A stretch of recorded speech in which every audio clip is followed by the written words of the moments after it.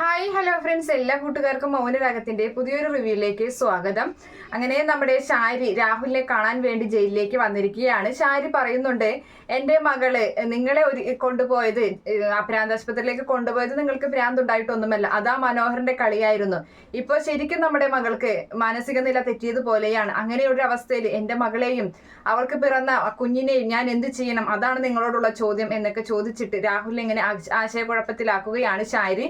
അതിനുശേഷമാണെങ്കിൽ രാഹുൽ ജയിലിലേക്ക് എത്തിയിട്ട് നമ്മുടെ ഗംഗപ്രസാദിനോടും അതുപോലെ വിക്രത്തിനോടും പറയുന്നുണ്ട്, എത്രയും വേഗം പുറത്തിറങ്ങിയിട്ട് ആ കല്യാണിയെയും കിരണിനെയൊക്കെ ഇല്ലാതാക്കണം, എന്നിട്ട് വേണം ആ മനോഹറിനെ വെട്ടി നുറുക്കാനായിട്ട് എന്നൊക്കെ ഇങ്ങനെ ഗംഗപ്രസാദിനോട് പറയുന്നുണ്ട്. എന്തായാലും ഗംഗപ്രസാദും നമ്മുടെ മനോഹറും കൂട്ടാണെന്നുള്ള കാര്യം രാഹുൽ ഇതുവരെയും പിടികിട്ടിയിട്ടൊന്നുമില്ല. അതിനുശേഷം കാണിക്കുന്നത് സരയു ആ ഒരു വടിയും ഇരുമ്പ് വടിയുമായിട്ട് ഇങ്ങനെ നിൽക്കുന്നതാണ്. ഇരുമ്പ് വടി ഒരു ഇരുമ്പ് കടയിൽ പോയിട്ട് ഒരു വലിയൊരു ഇരുമ്പ് വടി അവൾ വാങ്ങിക്കൊണ്ട് വന്നിട്ടുണ്ട്.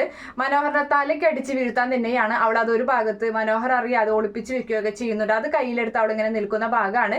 പിന്നീട് കാണിക്കുന്നത് മനോഹർ ആണെങ്കിലും മറിയത്തിനോട് പറയുന്നുണ്ട്, നാളെ നമ്മുടെ മിന്നുകെട്ടാണ്, ആ മിന്നുകെട്ടിന് മുൻപ് അവസാനത്തെ കാഴ്ചയാണ് അല്ലേ ഇതിങ്ങനെ നമ്മൾ തമ്മിൽ എന്നിങ്ങനെ പറയുമ്പോൾ മറിയം പറയുന്നുണ്ട്, അവസാനത്തെ കാഴ്ച എന്നൊന്നും പറയരുത് മനു എന്ന് പറയുന്ന സമയത്ത്, അല്ല ഞാൻ മിന്നുകെട്ടിന് മുൻപുള്ള അവസാനത്തെ കാഴ്ച എന്നല്ലേ പറഞ്ഞതെന്ന് പറയുമ്പോൾ, അല്ല അവസാനത്തെ കാഴ്ച എന്നൊക്കെ പറയുമ്പോൾ അതൊരു വല്ലാത്തൊരു വേദനയാണെന്നൊക്കെ മറി ഇങ്ങനെ പറയുന്നൊക്കെ ഒരു ഭാഗമൊക്കെയാണ് എന്തായാലും നാളത്തെ പ്രൊമോ ആയിട്ട് വന്നിട്ടുള്ളത്. Okay friends, bye, thank U.